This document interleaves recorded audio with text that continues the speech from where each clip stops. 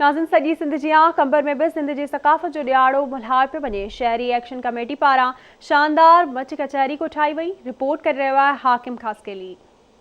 आवाज़ TV news network तरफ़ां 6 डिसंबर ते सिंधी सकाफ़त जी वारस सिंध सदा आबाद हुजे जे सिरे हेठि ऐलान वारे ॾींहं ते कंबर में भी सकाफ़ती ईद जूं तैयारियूं ज़ोर ऐं शोर सां जारी आहिनि। उन सिलसिले में शहरी एक्शन कमेटी जे तरफ़ां मच कचहरीअ जो पिंडाल सजायो वियो, जंहिंमें सिंध जो मशहूरु सुगड़ अली मोहम्मद बिरोही ॾोर ऐं बेत ॿुधाए वेठलनि में वाह वाह कराए छॾी।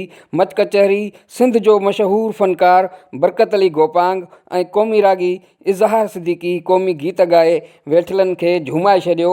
सिंधी जो भी अजरक पाइण वारा जियो, ना तो सिंध धरती असाने भाई वारा जियो, मुझी दुआ चार सभई सिंध वारा जियो, मुझी दुआ चार सभई सिंध वारा। उन सिलसिले में कचहरीअ में वेठलनि टीवीअ जे सर ते सकाफ़ती वेस पाए भरपूर नमूने सां शिरकत जो ऐलान कयो आहे। अहिड़ी तरह समूरी सिंध जियां कंबर में भी सकाफ़ती रंग निखरी निर्वार थी पिया आहिनि। कैमरामैन अकबर चांडियो सां गॾु हाकिम खासकेली, आवाज़ न्यूज़ कंबर।